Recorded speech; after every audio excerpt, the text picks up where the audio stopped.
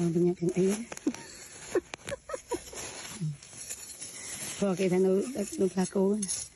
កាត់នៅដាក់សិស្សអូនយកថងធំច្រាំមកកូននេះ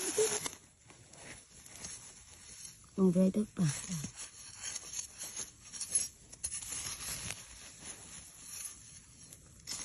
មកវេកមើលឲ្យក៏ឃើញវាទៅគូ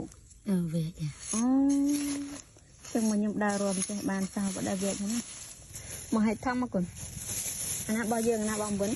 នេះបោះអូនអានេះបងវិនកូនចော့នេះរបស់កូនមែនតែកន្លែងដែលគាត់ដកនេះគឺវានៅកដាលវាវានៅក្រោមដើមឈើដល់ពេលចឹងទៅគឺដើមវាឆ្លោះល្អមែនតើប៉ុន្តែវាដកបានតិចដែរទេចាខ្ញុំម្នេះវិញដើរដកផ្សិតរាល់ឆ្នាំចឹងហើយកន្លែងណាក៏គាត់ស្គាល់ដែរនិយាយទៅគាត់ស្គាល់គ្រប់កន្លែងហើយគាត់តម្រង់ទៅតែកន្លែងដែលគាត់ធ្លាប់ដកគឺដឹងតែបានរបស់គាត់មែនខ្ញុំម្នេះដើរតាមតែគាត់ទេបងប្អូនអើយនិយាយទៅគឺជួយទៅដកគាត់ទេ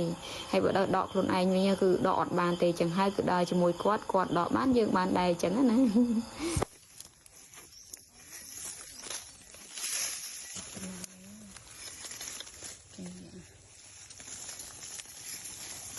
ហើយមកកដប់នេះដកបានតែប៉ុណ្្នឹងទេប៉ុន្តែមិនបាច់មើលប្រការផ្សិតទេនិយាយពីថាប្រព័ន្ធណានៃហ្មងឆ្លោះល្អមែនតើខ្ញុំក៏យកអាផ្សិតហ្នឹងត្រឡប់ទៅផ្ទះណាចែនេះគាត់ហៅប្តីគាត់ដើររកជាមួយដល់ពេលគាត់រកបានហើយហ្នឹងគឺគាត់អត់យកថង់មកដាក់